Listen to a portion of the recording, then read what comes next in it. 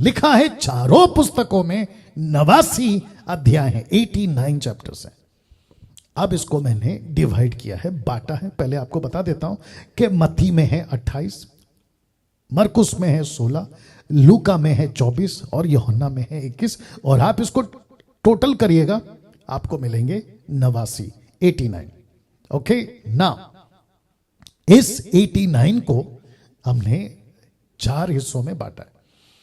4 हिस्सों में बांटा, या 4 हिस्सों में आप लोग बांट सकते हैं। कैसे? फर्स्ट हिस्सा, इस 89 चैप्टर में से ऐसे 4 अध्याय हैं जो यीशु के पैदा होने से लेकर 30 साल तक की उम्र के जीवन को बताता है। ज्यादा नहीं, कुछ कुछ हिस्सों में बताता है, जिसके लिए 4 पुस्तकों के चारों अध्याय को ले लिया गया। ओके, तो वापस कहता हूं, 1 से लेके 30 साल तक की उम्र में यीशु ने, ज्यादा डिटेल नहीं है, मुझे लगता है ये भी बता देता हूं वक्त को ध्यान में रखते हुए। देखिए, बहुत सारे जीसस के ऊपर मूवीज बनती है। अभी बीच में मुझे लगता है कि कौन सा चैनल था वो, NTV, कौन सा चैनल है? NTV नहीं, हिंदी में एक आया था ना प्रोग्राम, हाँ NTV, ओके, एंड या एन नहीं, एंड TV, उस पर हिंदी प्रोग्राम यीशु का आता था। खैर वो बंद हो गया, और अच्छा हो गया बंद हो गया। उसकी कई वजह है, क्योंकि कुछ गलत सिखा रहे थे। तो कह रहे थे कि बचपन में यीशु ने ऐसा कर दिया, वैसा कर दिया, मतलब बहुत सारे चमत्कार। तो आपके नॉलेज के लिए बता दूं, जैसे हम आगे भी जाएंगे, बट एक छोटा सा लॉजिक देता हूं, कनेक्शन देता हूं। माफ करें, मरियम ने जब यीशु को कहा कि यहां दाखरस घट गया, तो जानते हो यीशु ने क्या कहा? हे महिला, मेरा वक्त नहीं आया, मेरा वक्त नहीं आया। तो सोचिए, जब यीशु 30 साल की उम्र के बाद मिनिस्ट्री करने के लिए कदम रखता है, बपतिस्मा ले चुका होता है, तब मरियम से, यानी अपनी मां से, यह कह रहा है कि मेरा वक्त नहीं आया। तो मेरा प्रश्न है, पैदा होने से लेके 30 साल तक यीशु क्यों चमत्कार करेगा? यीशु क्यों चमत्कार करेगा? मत्ती 8:16, जो कि मैं आगे रखूंगा। यीशु जब चमत्कार कर रहे थे, एक के बाद एक मुर्दे या दुष्ट आत्मा, अद्भुत काम, तो कहता है मत्ती लिखने वाला, ये चमत्कार यीशु अब इसलिए कर रहा है ताकि भविष्यवक्ताओं की बातें पूरी हो जाए। तो यीशु अगर कोई भी चमत्कार 1 साल से 30 साल तक की उम्र में, जैसे लिखा है इन 4 अध्यायों में, अगर किया है, तो उसका पर्पस क्या था? कुछ भी नहीं। उसका बेनिफिट क्या होगा?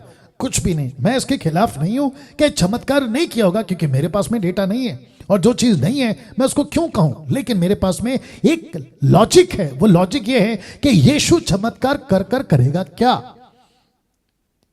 वापस कहता हूं, चमत्कार तब, चमत्कार अब होते हैं और आगे भी होते रहेंगे, लेकिन हर चमत्कार के पीछे, यीशु के हर कार्य के पीछे, यीशु के हर सुपरनैचुरल एक्टिविटीज के पीछे एक पर्पस होता है, और वो पर्पस होता है कि उसका राज्य बढ़े और उसको महिमा मिले।